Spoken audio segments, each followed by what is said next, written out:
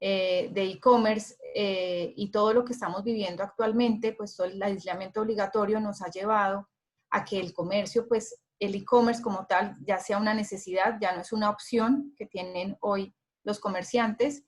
Y esto nos lleva también a pensar a que todo el proceso de compra como tal tiene que tener un engranaje perfecto, no solamente desde el punto de vista operativo en relación con cada una de las empresas y al interior de cada una de las compañías, sino también que tiene que haber un engranaje, debe haber un engranaje desde el punto de vista tecnológico, de forma tal que la experiencia que tiene el cliente al momento de hacer una compra a través de este sistema sea una experiencia que vaya de principio a fin de manera sincronizada.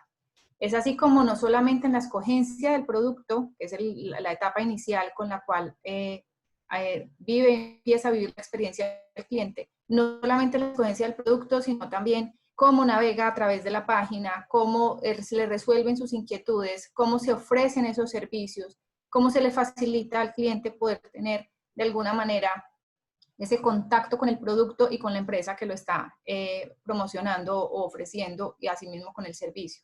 Y finalmente, pues esa misma experiencia debe ser igual de satisfactoria y de alguna manera debe ser completa, en sincronía como arrancó el cliente al momento de hacer la compra con el pago. Entonces, para lograr esa experiencia satisfactoria, para que los clientes vayan entendiendo el tema del e-commerce, esto no es solamente la venta del producto, sino que tienen que sentirse seguros y confiables al navegar en la página y al momento de realizar el pago deben existir mecanismos que le permitan al cliente sentirse totalmente tranquilo al momento de incluir sus datos personales, que son realmente bastante sensibles y que deben mantenerse de manera protegida. Entonces, de esta forma, pues nosotros queremos aquí tocar todos estos temas de manera, tenemos un espacio, pues es una hora, pero sí queríamos darles esta charla y que nosotros tengamos la oportunidad también de escuchar cuáles son los temas que de pronto a ustedes los inquietan. Le doy la palabra a Andrés, para Andrés Fernández, mi colega, para que haga la presentación en relación con todas las estrategias de e-commerce. Muchas gracias, Adriana, y buenos días para todos. Muchas gracias a Carlos, por supuesto, a AmCham por la invitación. No sé si en este momento ya me están viendo. Como les decía Adriana, pues vamos, dentro de los temas que vamos a hablarles en materia de e-commerce, pues vamos a darles como una visión general de cómo está el sector actualmente y en particular vamos a hablar de uno de los elementos de ese engranaje que Adriana escribía ahorita, que son las pasarelas de pagos y por supuesto del tema de protección de datos que es tan importante para este tipo de estrategias. No obstante lo cual, primero queríamos darles un bosquejo general de algunas decisiones que refuerzan la importancia actual del e-commerce, que como Adriana decía, es un tema que ya es una necesidad para los comercios, ya no es una alternativa, ya no es como que yo voy a hacer e-commerce, no, realmente ahora lo que pasa es que el que no está en e-commerce está un poco en nada, a pesar de cómo han flexibilizado el aislamiento preventivo obligatorio. En todo caso, el e-commerce debe ser una herramienta muy utilizada por los comercios. En esta época de pandemia ha sido un tema muy relevante, incluso desde las primeras decisiones del gobierno, el e-commerce ha estado presente, la operación a través de la distribución, a través de plataformas de e-commerce, ha sido una de las excepciones que el gobierno siempre ha permitido funcionar. Y eso ha permitido no solamente mantener a flote a las empresas, sino reactivar a otras empresas que podían estar un poco quedadas al respecto. El último decreto de aislamiento obligatorio que salió anoche, el decreto 749, extendió el aislamiento obligatorio preventivo, como saben, hasta el 1 de julio, pero mantuvo en esencia muchas de las excepciones que ya el gobierno había dado desde el comienzo en materia de abastecimiento y distribución de bienes de primera necesidad, distribución de productos médicos, farmacéuticos, insumos y productos agrícolas. No, pues, lo que vemos es que para el gobierno el e-commerce es un elemento súper importante en la actual cadena de distribución y producción de productos y servicios, y pues lo ha explicitado en los decretos de aislamientos obligatorios. Entonces, si ustedes tienen actualmente o están pasando por una situación un poco complicada porque se les ha dificultado en esta situación actual mantener la cadena de distribución, esta es una muy buena estrategia que pueden implementar, para la cual obviamente tienen que hacer varias gestiones, algunas de las cuales vamos a explicar a continuación en detalle, o cómo pueden engranarlo a su operación. Entonces, pues vemos, bueno, otros temas que están exceptuados son los insumos y productos agrícolas y alimentos para animales, la operación de servicios postales y de mensajería, call centers, distribución de materiales de construcción, bueno, distribución de manufacturas. Más que entrar a leer la lista, que ustedes la pueden ver aquí o en el decreto, lo que queremos dejarles el mensaje es la importancia del e-commerce, no solamente desde el punto de vista de la empresa que opera en sí misma el e-commerce o la plataforma, sino también de los distintos elementos que engranan en la operación del e-commerce, porque esto no es simplemente un elemento desligado de la operación normal de la sociedad. En efecto, el e-commerce es simplemente un canal que va a ser complementado, y ahorita lo vamos a ver en más detalle, con otros elementos que no necesariamente están bajo el control de la sociedad productora. Entonces, por ejemplo, los call centers son actividades complementarias a los e-commerce, y es importante pues saber que ese elemento complementario puede seguir funcionando durante el aislamiento. Igual los servicios postales, que son tan necesarios, por supuesto, para efectos de hacer llegar los productos a los consumidores. Realmente en el decreto que salió ayer no hubo un cambio muy radical en temas de plataformas de comercio electrónico. Por el contrario, principalmente las excepciones que se decidieron ayer son más en pro de que las personas puedan salir de sus casas, con ciertas excepciones. Sin embargo, no se debe perder de vista que el gobierno, a pesar de extender las excepciones, sí mantuvo la solicitud a las empresas de que propicien las herramientas de teletrabajo, lo cual obviamente va muy de la mano con la implementación de estrategias de e-commerce.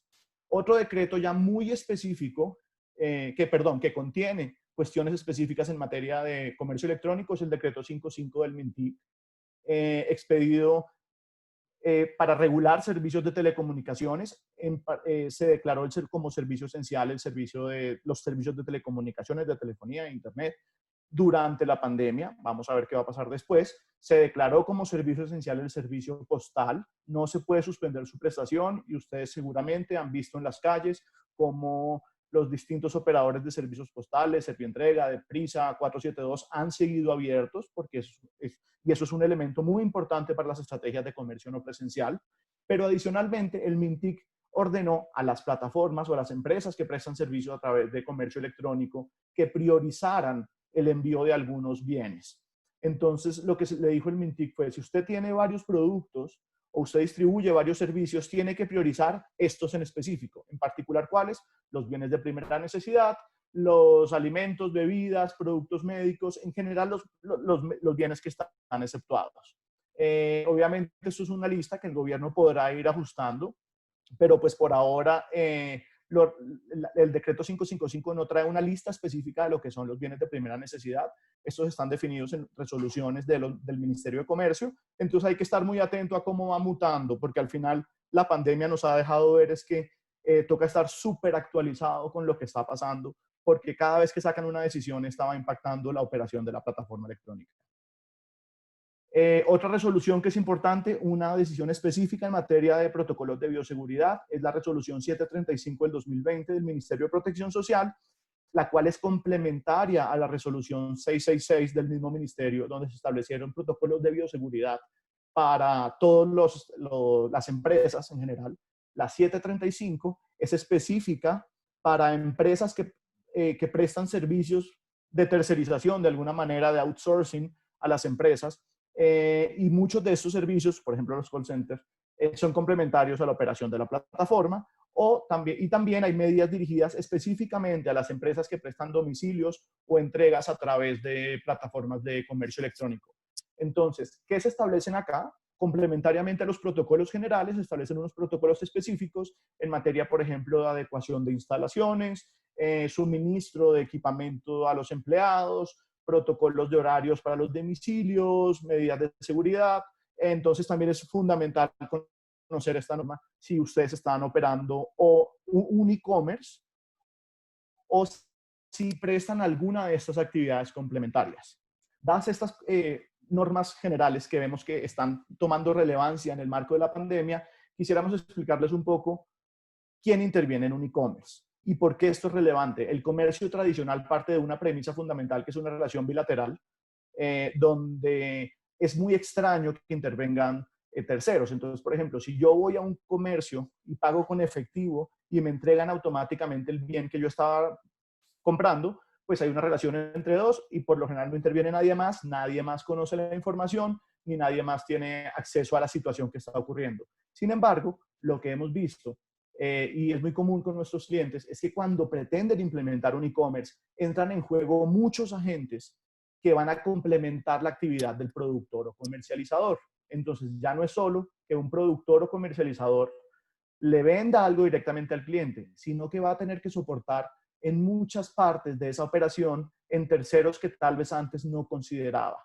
¿Qué situaciones vemos día a día? Por ejemplo, con empresas colombianas que quieren implementar e-commerce. Por ejemplo, es muy común que soporten su servicio en un servidor en la nube. Entonces, ellos operan el e-commerce, cada empresa, pero todos los datos que almacenan, los almacenan en los servidores de un tercero, que puede ser pues cualquier tercero, por supuesto, no en servidores propios, sino en servidores de un tercero, y ahí almacenan toda la información. También los operadores de call center.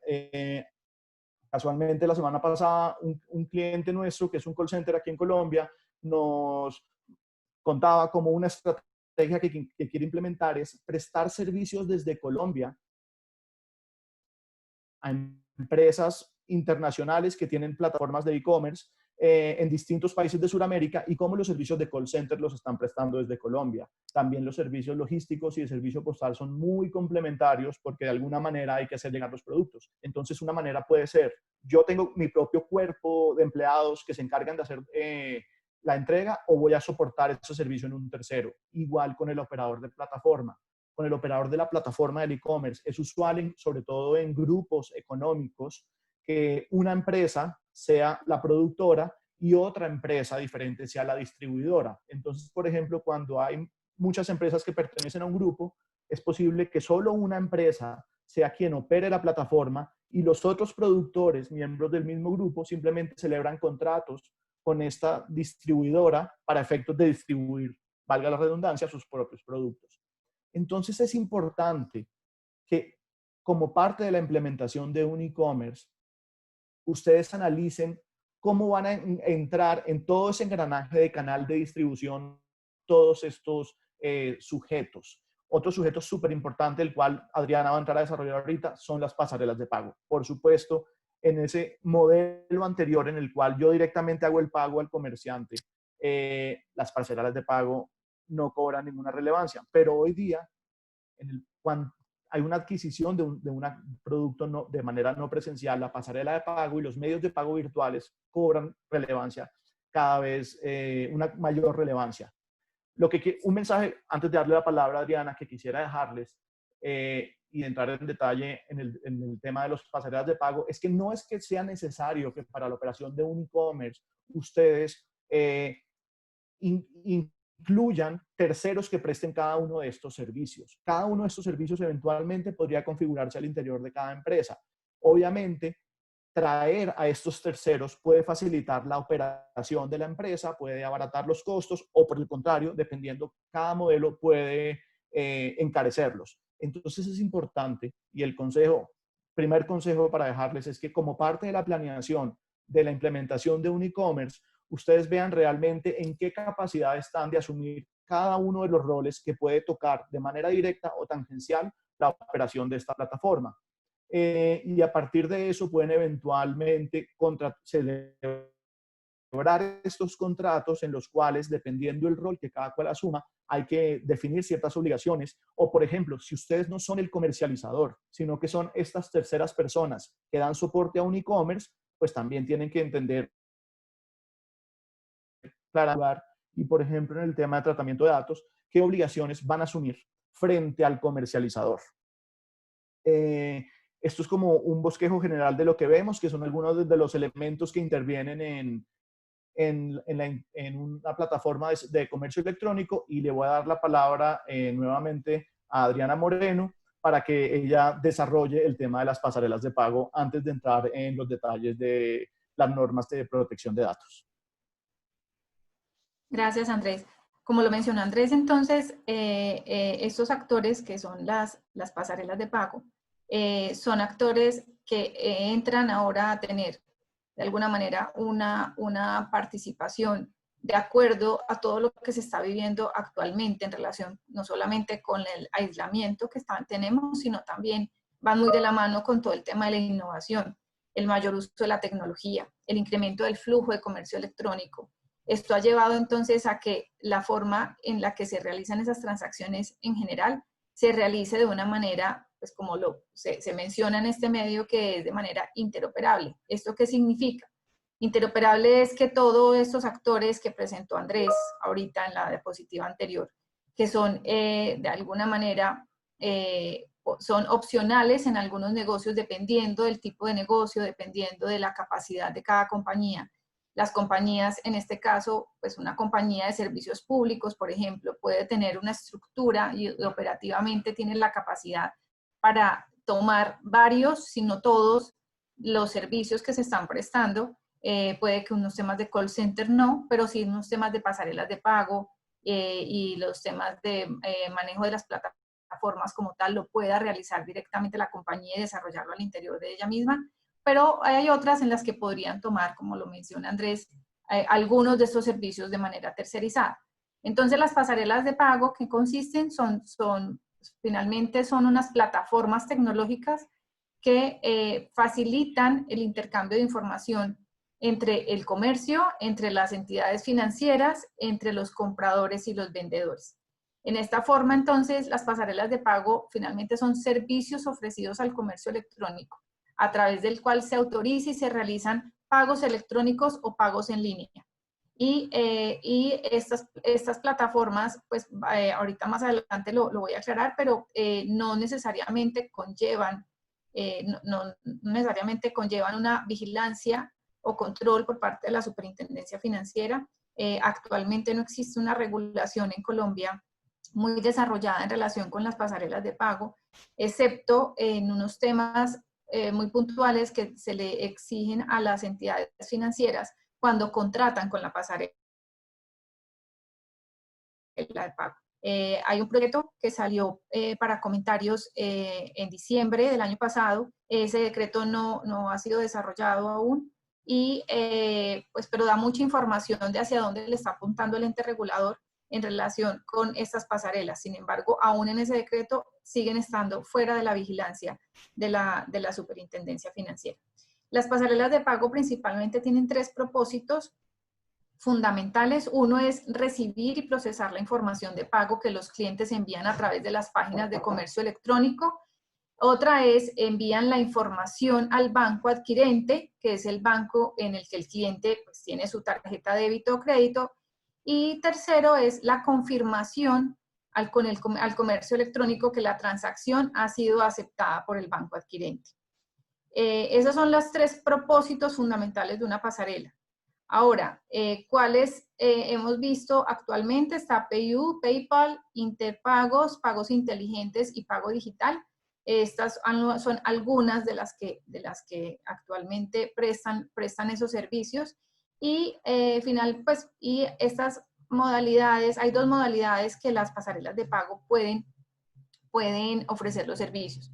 Una es el modelo Gateway, que es un modelo en el cual, pues aquí no creo que alcancen a ver muy bien cada uno de los números de las letricas, pero siguiendo un poco el flujo de la gráfica que está en pantalla en este momento, lo que aquí se realiza es que el cliente accede a la página web, hace una solicitud de compra y ese comercio que tiene a su vez un contrato de mandato con una pasarela de pago, hace en ruta la transacción, la solicitud que realiza el cliente. Esa enrutada se hace a través, bien sea de redes, como Credibanco, Redeban, o a través de ACH, y lleva la información, la canaliza hacia el banco emisor.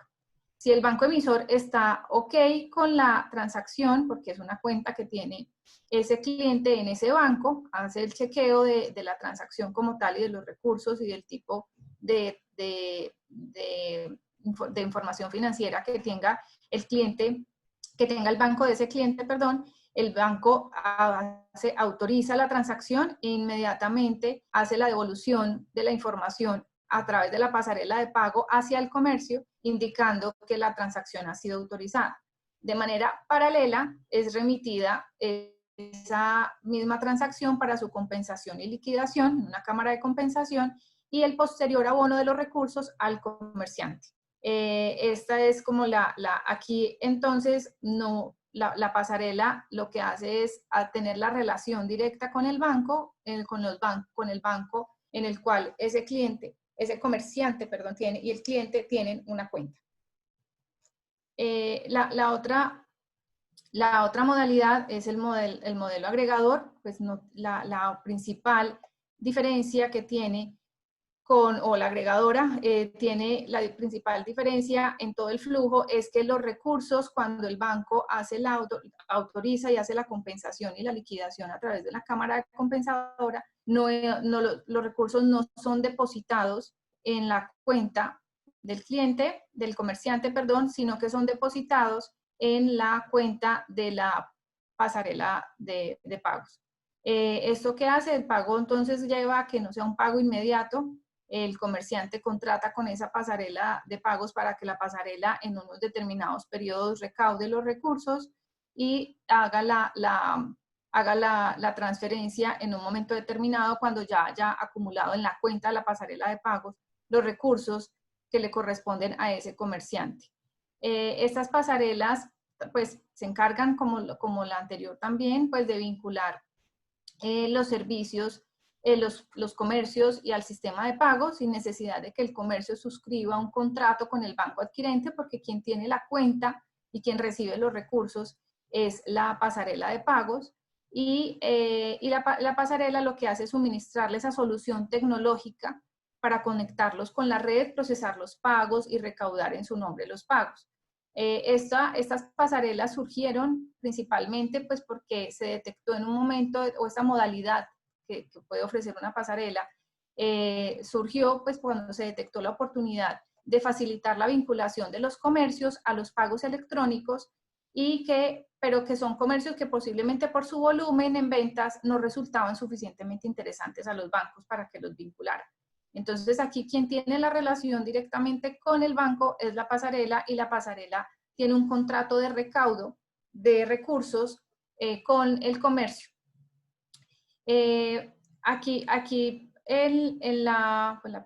Sí, dale Andrés. Como lo mencioné anteriormente, pues las pasarelas de pago no son entidades financieras, no están reguladas por la superintendencia. En la proyecto de decreto que salió el año pasado para comentarios, se establece que están por fuera de actividades de captación masiva y habitual, es decir, que ya está regulado de alguna manera en cuanto a la proyección que tiene la norma, es que se les permite realizar en sus cuentas esas captaciones de recursos sin que queden enmarcadas dentro de una actividad de captación masiva y habitual. Se deben cumplir con unos mínimos de seguridad en relación, que no son, pues al decir mínimos no significa que sean menos importantes, pero tienen que tener regulado el tema del tratamiento de datos. Tienen también que realizar internamente un modelo de prevención del lavado de activos y financiación del terrorismo al momento de vincular a los comerciantes, tener de alguna manera un procedimiento para poder revisar previamente estos recursos que van a ser transferidos a las cuentas de los comerciantes. Y finalmente consideramos pues que la pasarela de pagos lo que busca es darle una facilidad tecnológica y de acceso del comercio a ciertas transacciones financieras que posiblemente de manera directa no podrían llegar o que operativamente pueden encarecer o maximizar la carga operativa de las compañías a través de la pasarela de pagos. Es una muy buena opción para que estos comercios puedan facilitarle también la forma de acceso a los clientes y a los productos y servicios que tienen.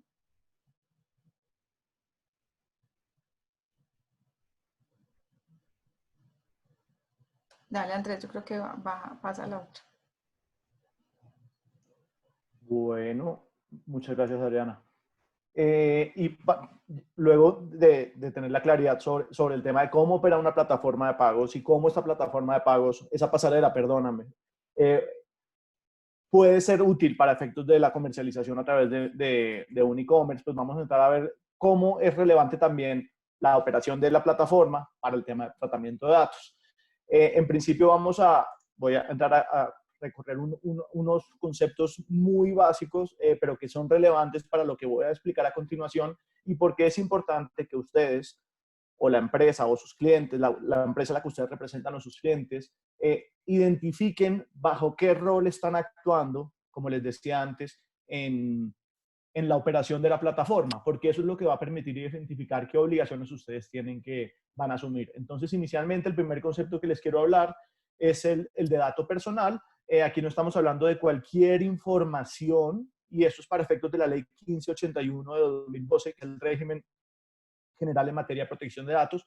No es cualquier información que ustedes tengan, es información asociada a una persona natural. Entonces, de entrada, comenzamos a sacar una información que no es dato personal, que es la persona que está asociada a una persona jurídica, por ejemplo, el NIT, los estados financieros. Hay mucha información que no corresponde a información personal.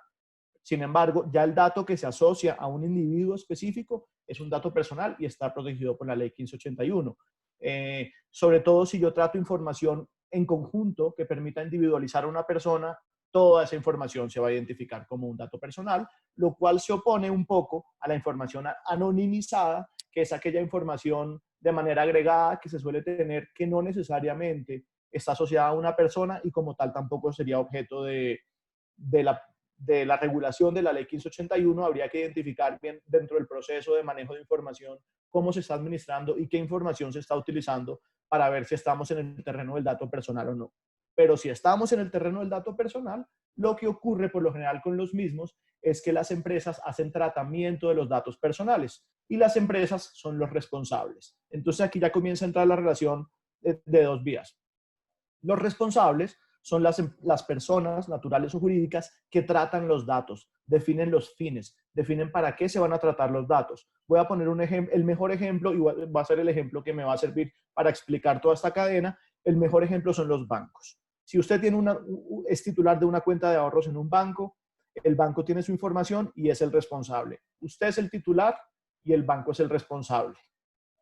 Y lo que el banco hace es trata los datos personales. ¿Qué es tratar un dato? Es cualquier operación que se cumpla sobre un dato personal. Muchas veces nos pasa que los clientes nos dicen, no, yo no trato datos personales porque yo solamente los recojo y los guardo. No los estoy vendiendo, no estoy haciendo analítica de datos.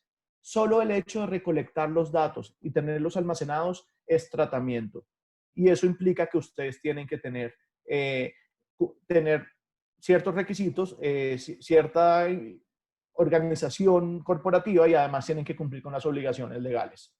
Entonces, tenemos el ejemplo, el titular es el titular de la cuenta bancaria y el banco es el responsable porque tiene los datos. ¿Qué puede hacer ese responsable con los datos? Puede hacer dos operaciones. Una es la transmisión y la transmisión es cuando un responsable le entrega esos datos a un tercero, pero ese tercero es un mandatario del responsable que soporta su operación. Entonces, el encargado trata los datos, pero lo hace no para sus fines propios, sino para los fines del responsable. Literalmente es un mandatario, el nombre lo dice claramente, es un encargado del responsable. Entonces, un ejemplo perfecto en esta misma lógica del banco son los servicios de cobranzas. Muchas veces los bancos no tienen al interior de su organización un área de cobro jurídico, sino que contratan con terceras personas. Entonces, para contratar a esas terceras personas a una empresa exclusivamente dedicada a cobro jurídico, le tiene que entregar la información de sus clientes. Y esa empresa de cobro jurídico hace las gestiones de cobro común y corriente en nombre del banco específico. Si eso lo hace de esa manera, esta empresa de cobro jurídico está actuando como encargado del banco. Entonces ya tenemos al titular, al responsable, que es el banco, y a un encargado, que es la empresa de cobro jurídico o el call center o muchas veces las empresas de mercadeo. Entre responsables es el responsable, cuando el responsable, el banco, le entrega esa información a otro responsable, que a diferencia del call center o la empresa de cobro, no va solamente a hacer actividades en beneficio del responsable, sino que este nuevo responsable, el responsable B, en la imagen que está en la pantalla, va a utilizar los datos para sus fines propios. Entonces, muchas empresas circulan los datos, eso es una transferencia, transfieren los datos a otro responsable para que ese otro responsable pueda tratar los datos para sus fines propios. Ahora bien, si ustedes están en la posición de este responsable receptor, el responsable B en la presentación, no pueden perder de vista que ustedes tienen que obtener su propia autorización, no pueden solamente contar con la obligación, con la autorización que eventualmente tuvo el responsable A, sino que también tienen que obtener la propia, y es recomendable verificar de alguna manera que los datos que ustedes están recibiendo por cuenta de otro responsable, cuando no obtienen la autorización directamente del titular, hayan sido obtenidos por este responsable de manera legítima. Es decir, o está autorizado o está cobijado por alguna de las excepciones legales. Cualquiera de este flujo de datos que ustedes ven diagramado en la pantalla puede ocurrir a nivel nacional o a nivel internacional, y esto tendrá ciertas particularidades y el cumplimiento de ciertas especificidades según sea cada caso. Bueno, dicho eso, voy a entrar a explicarles un poco los principios que es del tratamiento de datos personales traídos por la Ley 1581, muy importantes porque a pesar de que parezcan algo gaseosos, son lo que aterriza y permite sensibilizar a las empresas sobre la manera a través de la cual deben tratar los datos. No voy a explicarlos, y de manera conjunta voy a ir explicándoles algunas de las obligaciones que asumen los responsables y los encargados. Entonces, el principio de legalidad es un principio según el cual el tratamiento de datos es una actividad reglada que tiene necesariamente que sujetarse a los mandatos de la Ley 1581. Es decir, si ustedes van a tratar datos personales, lo tienen que hacer conforme con la Ley 1581 y no lo pueden hacer sin observar dichos mandatos. El principio de finalidad prevé que el tratamiento de datos tiene que obedecer a una finalidad legítima, legítima de acuerdo con la Constitución y con la ley, por supuesto. Las finalidades además tienen que ser conocidas por los titulares, y esto es muy importante, y pues como tienen que ser legítimas, no puedo, por ejemplo, obviamente que la finalidad sea la distribución de bebidas alcohólicas a menores de edad o la trata de blancas. Actividades que no estén permitidas por la ley no pueden ser finalidades legítimas y no pueden ser objeto de, no se pueden tratar datos para esos fines. Con relación a las finalidades, es muy importante que las finalidades sean conocidas por los titulares. Aquí no perdamos de vista que a pesar de que todos trabajamos en empresas que actúan como responsables, al final todos somos titulares de nuestros datos, todos somos clientes de banco, todos tenemos usuarios en nuestras redes sociales y todos les entregamos nuestros datos. Entonces también tenemos que asumir este rol un poco como sensibilizarnos, que a pesar de que estemos en el lado de los responsables, tenemos que garantizar y proteger los derechos de los titulares, y es importante que ellos conozcan para qué estamos tratando los datos y que obtengamos las autorizaciones cuando aplique, que les informemos las finalidades se informan en las autorizaciones, se pueden informar, o eventualmente también van a estar en las políticas de tratamiento de la información. Es un documento muy importante en el cual es un documento externo que los responsables publican para que los titulares sepan cómo pueden ejercer sus derechos, los principios que aplican, las finalidades que aplican, y en general que sepan cómo va a surtirse la relación con los responsables. Otro principio importante es el de libertad, que es muy importante en Colombia porque es el que soporta la autorización de datos personales, la cual tiene que ser expresa, previa e informada. No es una buena práctica que las autorizaciones se tomen de manera posterior al tratamiento. Ustedes siempre, antes de comenzar a tratar datos, deberían contar con la autorización. Es el mandato de la ley. Obviamente hay unas excepciones a la necesidad de la autorización, pero pues en lo posible es recomendable contar con la autorización. En Colombia esa es la base principal para el tratamiento y recomendamos siempre contar con ella porque es lo más transparente con los usuarios. Dentro de estas excepciones, últimamente se ha hablado mucho de que con ocasión de la pandemia ya se pueden tratar datos sin necesidad de autorización, dado que hay una excepción legal de la ley 1581 que habla en los casos de urgencia médica o sanitaria. No se puede interpretar esta excepción como un cheque en blanco para tratar datos, porque a esto hay que analizarlo caso a caso y no es una excepción que esté dada para todos los responsables, es una excepción dada para los responsables a quienes les apliquen en dicho caso la necesidad de tratar datos en un caso de urgencia médica o sanitaria.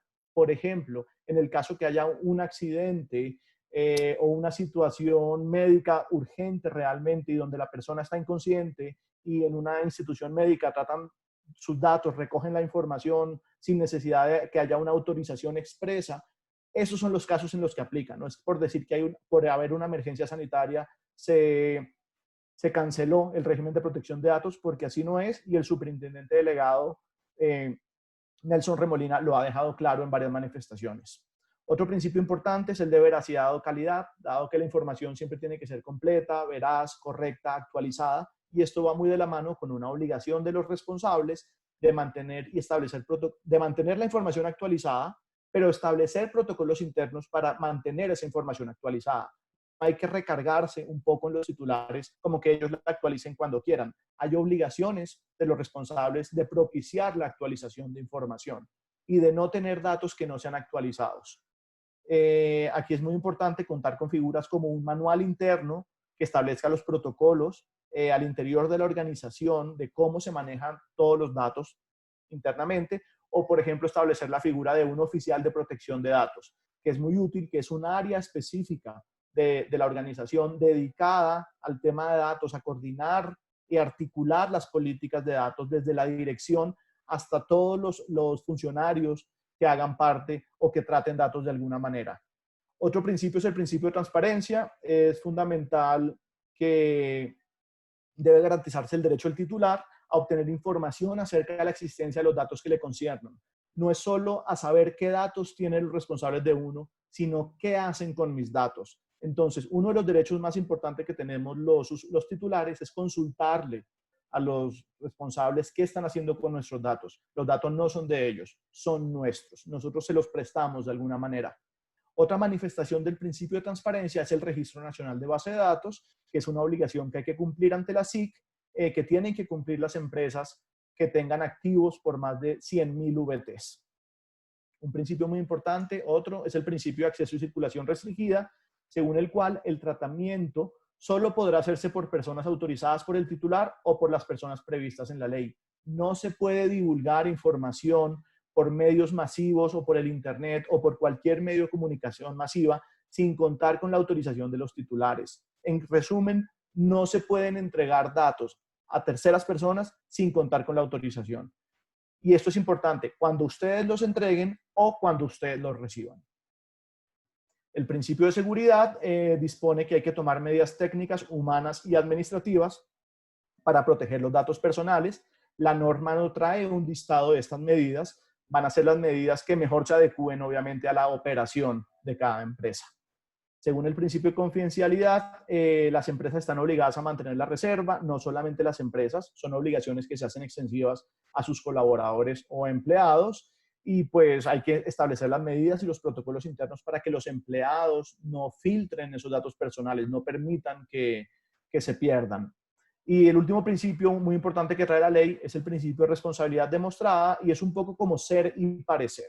Este es un principio que viene importado desde la legislación europea, y para la SIC ha sido muy importante desarrollarlo, ha hecho mucho énfasis en el mismo. Hay una guía de la SIC específica en materia de cómo se debe cumplir el principio de responsabilidad demostrada, y aquí es, como les decía, ser y parecer. No es solamente implementar medidas, sino estar en capacidad de demostrar esas medidas implementadas al interior de la organización en caso tal de que yo sea requerido.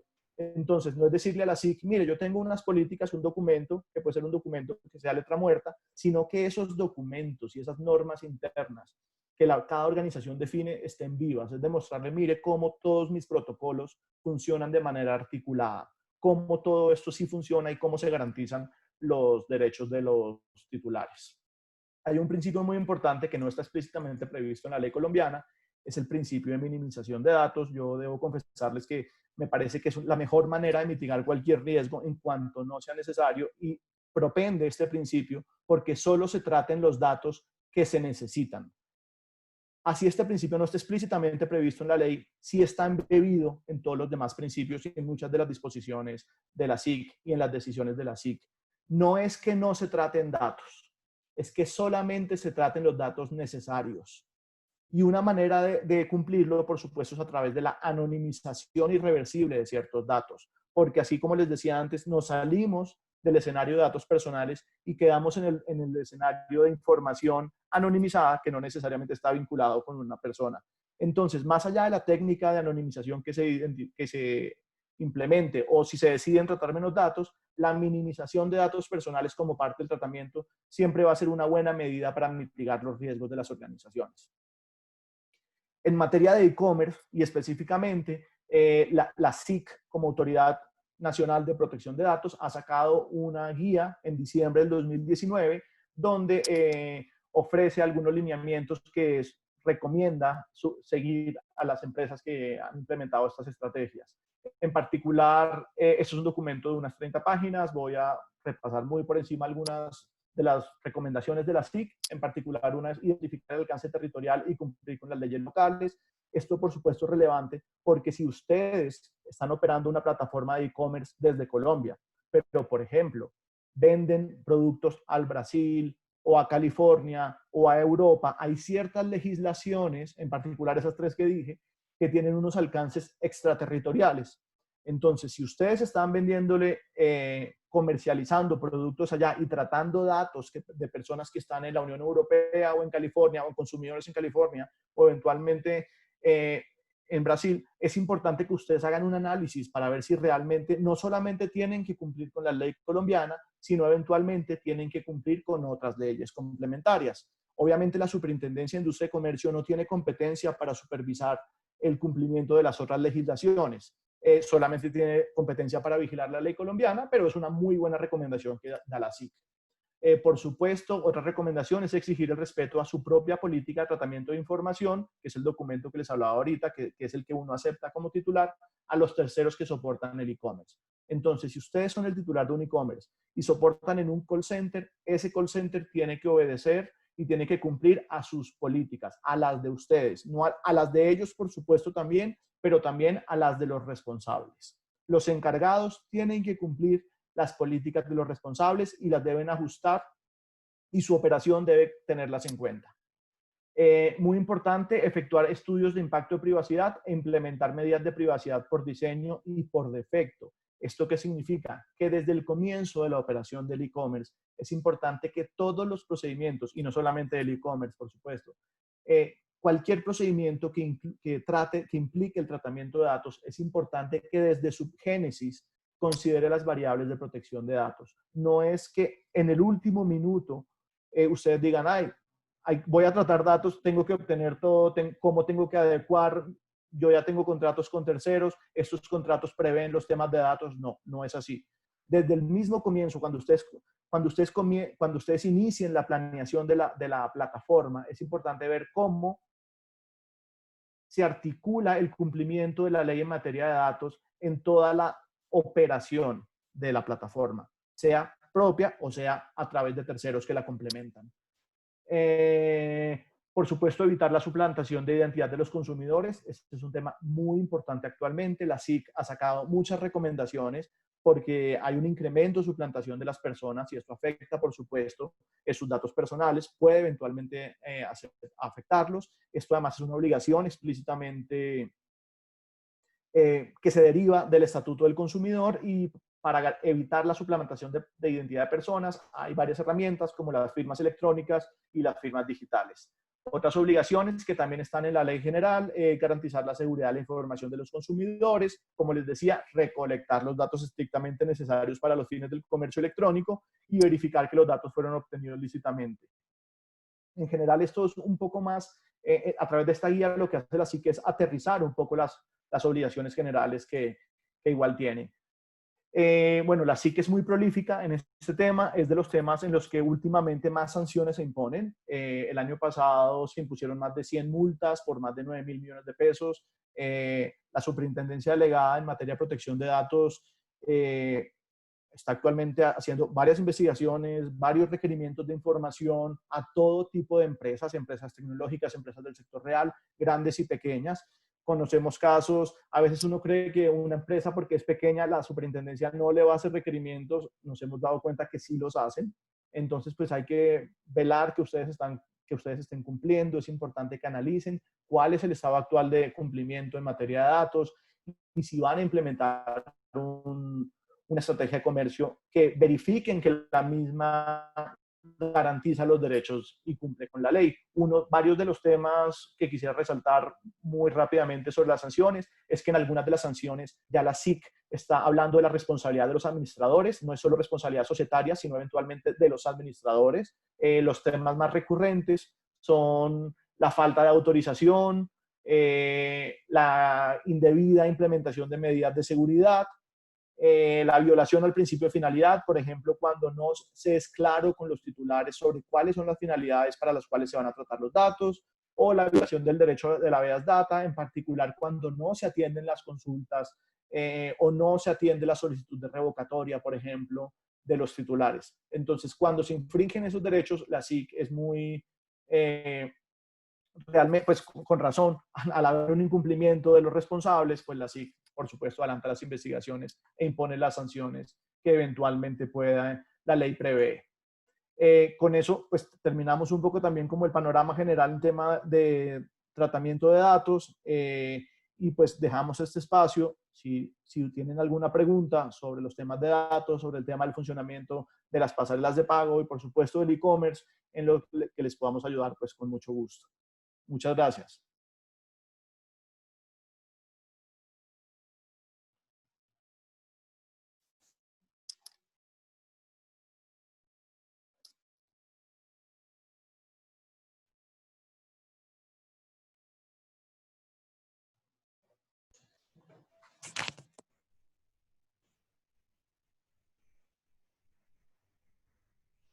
Yo no alcanzo a ver si hay preguntas. Adriana, hay una pregunta, dice, en el escenario de una venta internacional por e-commerce, ¿cómo es posible legalizar el ingreso de esas divisas teniendo en cuenta que las pasarelas de pago, como por ejemplo PayPal y otras, es quien recibe el pago y no los entrega en pesos? Es algo más regulatorio, cambiario, pero sí, de pronto tienen la respuesta. Pero sí, o sea, aquí sí, y la persona que hizo la pregunta me aclara si estoy leyendo bien. Es si alguien realiza una venta, yo realizo una venta a través pues, de mi mecanismo de e-commerce y la compra se hace afuera. ¿Cómo se hace para el tema del pago en pesos en Colombia, teniendo en cuenta que quien está comprando va a hacer el pago en dólares o en otra moneda? ¿Es esa la pregunta entonces? A ver, es más como, como la legalización de las divisas, porque la plataforma recibe el pago y los entrega en pesos. La plataforma entrega en pesos. ¿Cómo se hace esa legalización? En este caso sería pues frente al Banco de la República.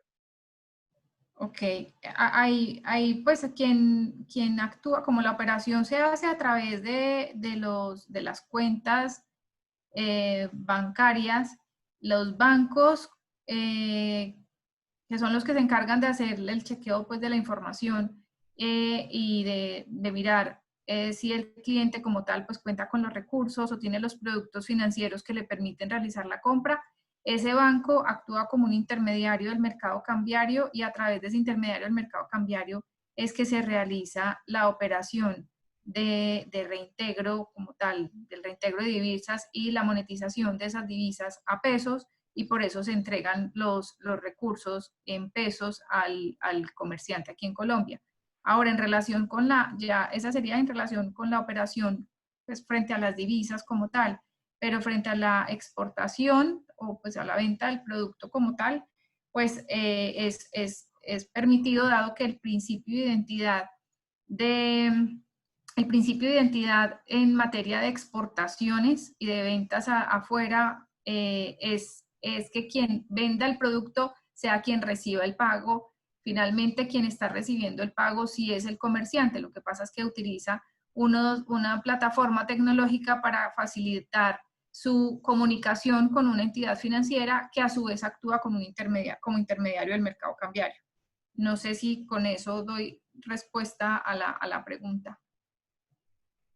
Ok, pues pensaríamos que sí, Adriana, muchas gracias. Vamos a la siguiente pregunta. La hace el director ejecutivo de la Fundación del Banco Arquidiocesano de Alimentos de Medellín. Nosotros usamos la pasarela de pagos para recibir donaciones. Como allí tenemos los datos del donante, ¿los incluimos en nuestras bases de datos para el tratamiento o no es necesario? Bueno, Javier, muy buena, pues entiendo la pregunta. Siempre que ustedes tengan los datos de algún sujeto y los tengan organizados, deberían incluirlos en sus bases de datos. Por ejemplo, si ustedes tienen esa relación de los datos de los donantes sistematizados, tienen esa base de datos y pues es importante que si ustedes tienen la obligación de cumplir con el Registro Nacional de Base de Datos, que como decía, si tienen más de 100.000 VTs de activos, estos son aproximadamente 3.500 millones de pesos. Si una organización excede esos activos, tienen que además cumplir con el Registro Nacional de Base de Datos. Entonces es importante que si ustedes tienen una base de datos de donantes, la incluyan en el registro, por supuesto, en cuanto que tengan la obligación del registro. No sé si eso contesta la pregunta de Javier. Por supuesto, si quiere alguna aclaración, la podemos dar. Ok, Andrés, muchas gracias. Sí, Siguiente. muchas gracias. Ahí queda resuelta la inquietud y nosotros tenemos la obligación de reportar las bases de datos nuestras. Entonces, Javier, si tienen una base de datos de donantes y la tienen sistematizada en algún sistema o incluso si la tienen en físico, es importante que antes del 3 de julio, que es el plazo actual para actualizar las bases de datos que dio la SIC, incluyan esa base de datos en el registro. Perfecto. Perfecto. Una siguiente pregunta. ¿Bajo qué casos es obligación legal realizar contratos de transmisiones de datos con el proveedor? Bueno, el contrato de transmisión de datos con el proveedor, pues con algún proveedor tendrá que suscribirse en aquellos casos en los que el proveedor efectivamente esté actuando como encargado. Es una pregunta de Alejandra Gil. Si no hay una entrega de datos por parte del responsable, el contratante, en el ejemplo que nos das, al proveedor contratista, en los cuales el proveedor administra los datos, no es necesario suscribir un contrato de transmisión. Pero si se identifica que la empresa sí le está entregando los datos a este proveedor y que este proveedor está utilizando los datos y los está tratando por cuenta del contratante, es necesario que como accesorio al contrato principal se suscriba un contrato de transmisión o eventualmente que en el mismo contrato se viertan las condiciones de la transmisión. Las condiciones de la transmisión están dadas por la ley 1581 y son, en particular, exigirle a los encargados obligaciones de seguridad, por ejemplo, que no traten los datos para sus fines propios y en general obligaciones que van a propender por los derechos de los titulares. Perfecto, Andrés, muchas gracias. Una pregunta previa que teníamos del señor Juan Trujillo, de corte comercial, tal vez. Las pasarelas de pago, ¿qué nivel de comisiones pueden tener actualmente?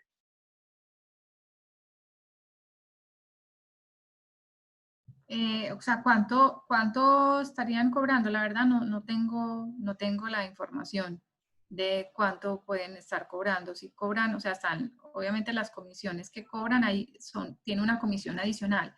La modalidad, si se presta bajo la modalidad agregadora, no tengo la cifra realmente de cuánto pueden estar cobrando y eso pues también hay que tener en cuenta ya el tema de las retenciones y el IVA, la retención del IVA, la retención en la fuente, el RTICA, que también se generan pues a través, si las transacciones se hacen también a través de las pasarelas. Pero esa pues, la podríamos averiguar o no sé si hay alguien acá de pasarelas de pago que pueda darnos unos rangos.